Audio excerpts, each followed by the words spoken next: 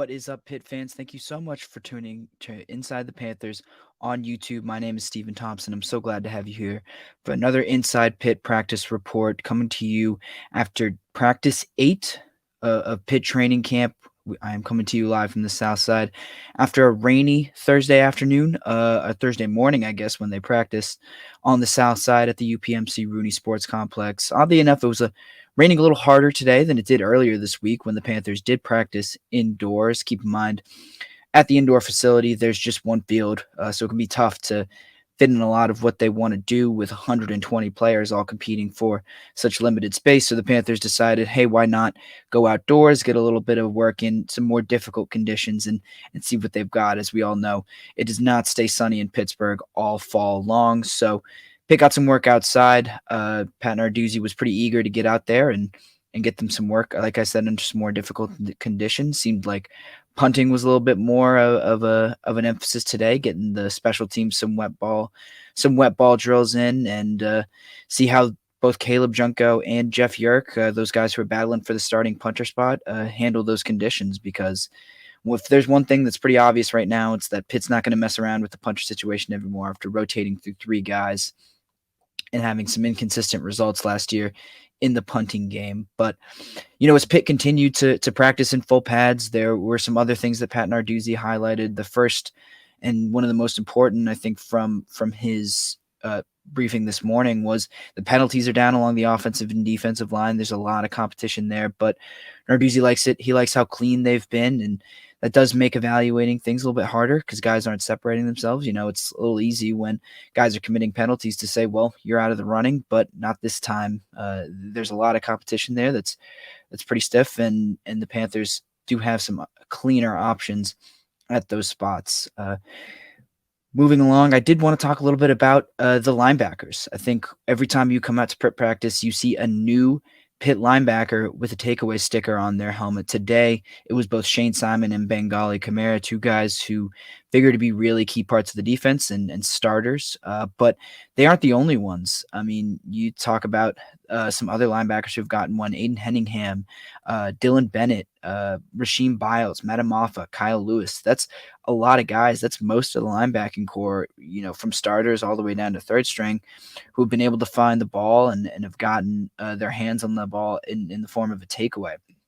We talked a little bit to Solomon DeShields today, one of those guys who Pat Narduzzi said today is running with the ones and figures to be right in the mix for a starting linebacker spot at either star or money, alongside Bengali Kamara and Shane Simon and Brandon George. He's in that top four, but right now he's a leader, if not a contender for it. He told us that the Panthers have really been working on fumble recovery techniques. Maybe the quarterbacks have been a little loose with the ball, but they found a way to really get after the ball, and it's impressive to see the linebackers making plays in those team drills like that, especially as the pads come on and things get a little more physical.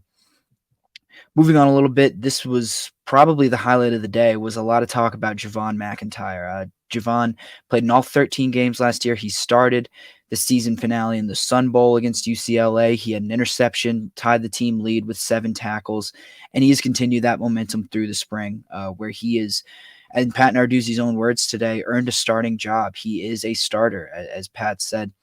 He's really improved his communication skills. This is a redshirt sophomore, a guy who, like I said, only has one start under his belt, but has been really impressive and has given the staff a lot of confidence in the safety group, even with Brandon Hill and Eric Hallett having moved on to the NFL. The other thing is that, Javon's able to be a better communicator because he knows the playbook a lot better. Some starting experience, limited starting experience, but then his work in the spring has really made him much sharper in that area. He learned how to prepare from Hallett and Hill, standing behind them and watching them work in the room for so long. But Pat Narduzzi was really complimentary and said that McIntyre has completely cut down, his on missed assignments. They're almost non-existent now as he goes through the first, about week and a half, coming on 2 weeks of spring practices. So I'm really optimistic about what Javon McIntyre can bring to this team in 2023. I said during the spring that I'm a big fan of his, and I think that he could be a star really soon. I don't really expect the safety position to skip a beat at all. Javon brings not just the intelligence and the playbook recognition that Pat Narduzzi talked about, but I think some great athletic skills, some great physical skills. He's a hard hitter. He's athletic. He can jump. He can run. I think all of those are going to combine to make him a really, really good player in this defense, and that should give everyone a lot of excitement about what that unit can do, even with people having left the program this offseason, some NFL talent leaving the program this offseason, because in addition to McIntyre, there's PJ O'Brien and Donovan McMillan, and even Steph Hall, who's got 2 takeaway stickers, I believe, on his helmet after just a week and a half, I believe, of training camp. There's depth there, and there's depth in surprising places. Like, the idea that Steph Hall has been making more impact plays than even Donovan McMillan, who came in as a really highly rated transfer prospect, is impressive and significant. That's not to say that McMillan or even O'Brien have been playing poorly, but it's just notable that Hall, who seemed like the 4th guy in a 3-man race, is still making plays and still kind of pushing for a starting spot himself. Want to wrap this up talking a little bit about Derek Davis. I wrote about him yesterday, but we got to talk to him this afternoon after practice, and this seems like a guy who's really coming along, starting to pick up the offense a little bit more, just generally getting comfortable in his new home. Remember, this is a transfer from LSU, a guy who played defensive back to start his college career. That's what he was recruited to at LSU, but he made the switch to running back and is really starting to pick things up. And once he started to pick things up, his speed and his power have really popped off the field. So it's a player to be excited about, even in a crowded running back room. In Davis's own words, there's going to be a 4-headed monster at running back this year for the Panthers. So we'll see how that shakes out. But honestly, I thought the more significant thing to come out of our conversation with him was his motivation for coming back to Pitt. I kind of assumed it was just all about the position change, and he just wanted to play offense. He thought that's where he fit better, and that just might not have been possible at LSU. He did play in the bowl game. He scored a touchdown for LSU against Purdue in their bowl game, but LSU's a real talented team, got a lot of running backs. So for a guy like him who's making that position switch, I can imagine that'd be tough. But I'll read this quote from you that he gave us today.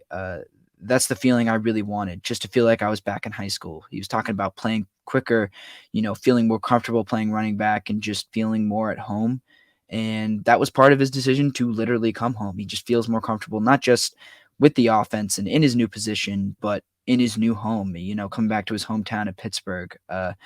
He even said that he would have come back even if Coach Narduzzi still wanted him to play defense. He just wanted to be home and he wanted to be at Pitt.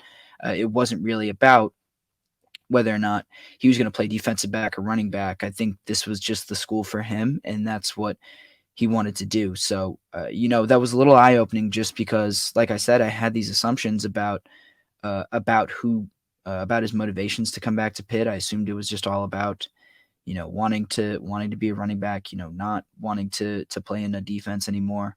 But Davis, he's just happy to be home, and it seems like it works out for him. We a little inside baseball thing, but usually the guys we talk to after practice every day, those are guys who had a really strong day, a strong day of work. That's who Pat Narduzzi chooses to come speak to us. So the fact that Davis spoke to us so quickly, for a transfer, that seems like a guy who's really coming along nicely and really fighting for snaps in that really crowded running back room that has Ronnie Hammond at the top, but Sibo Flemister proved that he's a Power 5 capable back. Obviously, a transfer from Notre Dame. In spots, he looked real impressive last year and looked like he was more than capable of playing. Like I wrote about earlier this week, Montrevious Lloyd, a true freshman, is impressed. Davis, multiple times has been mentioned as a guy who's been impressive with the coaching staff. And, so they've got some depth there. And, this is a team that I think will still, really lean on their running backs. I believe Phil Jurkovic in the passing game will really bring some improved movement through the air. But I think this running back room will still be a key part of what the Panthers do in 2023. That's all I got for you guys today. Thank you so much for tuning in. Like I said, we'll be back with another Inside Pitt practice report on Friday for the last practice of the week, right before the Panthers' first scrimmage of 2023 at Acrisure Stadium. We'll talk a little bit about that and more, whatever comes out of practice on Friday.